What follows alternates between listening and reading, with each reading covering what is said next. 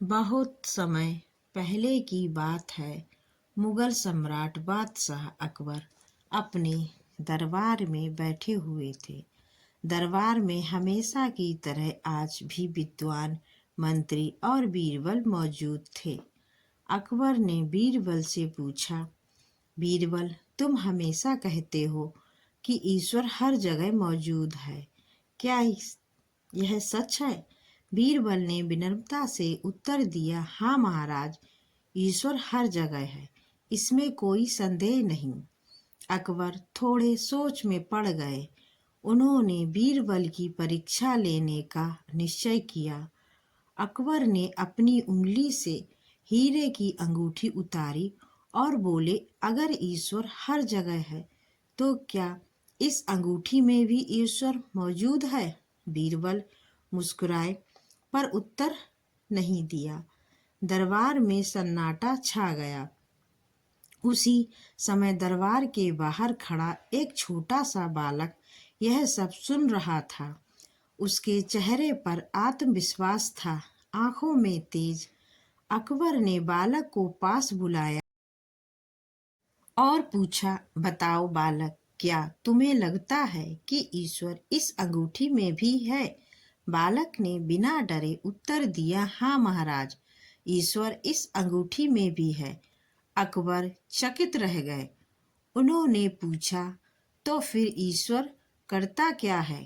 बालक बोला, महाराज, ईश्वर ही हमारे मन को समझ देता है, वही हमारे शरीर को शक्ति देता है और वही वह ऊर्जा है जिससे हम जीते भी हैं और मरते भी।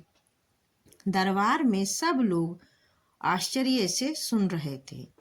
बालक ने आगे कहा, जहाँपना, मैं ईश्वर कहाँ है यह बता सकता हूँ, लेकिन पहले मुझे एक गिलास लस्सी मंगवा दीजिए। अकबर ने हैरानी से नौकर को आदेश दिया, इस बच्चे के लिए लस्सी लाओ। नौकर एक गिलास लस्सी लेकर आया। लड़के ने गिलास देखा और बोला, महाराज, मैं तो मक्खन वाली लस्सी पीता हूँ, सादा नहीं। अकबर ने हंसते हुए कहा, इस लस्सी में मक्खन कहाँ है? हमें तो दिखाई नहीं देता।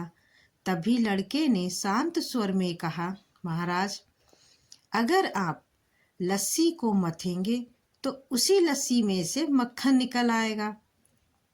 फिर लड़का बोला, बस यही बात मैं समझाना चाहता हूँ। जिस तरह लस्सी में मक्खन दिखाई नहीं देता, लेकिन वह उसी में मौजूद होता है, उसी तरह ईश्वर भी हर जगह है और किसी को दिखाई नहीं देता। जो मनुष्य अपने मन को मथता है, सच्चे कर्म करता है, धैर्य और भक्ति रखता है, उसे ईश्वर के दर्शन हो जाते हैं। पूरा दरबार शांत हो गया। अकबर समझ गए कि बच्चे ने बहुत गहरी बात कह दी है।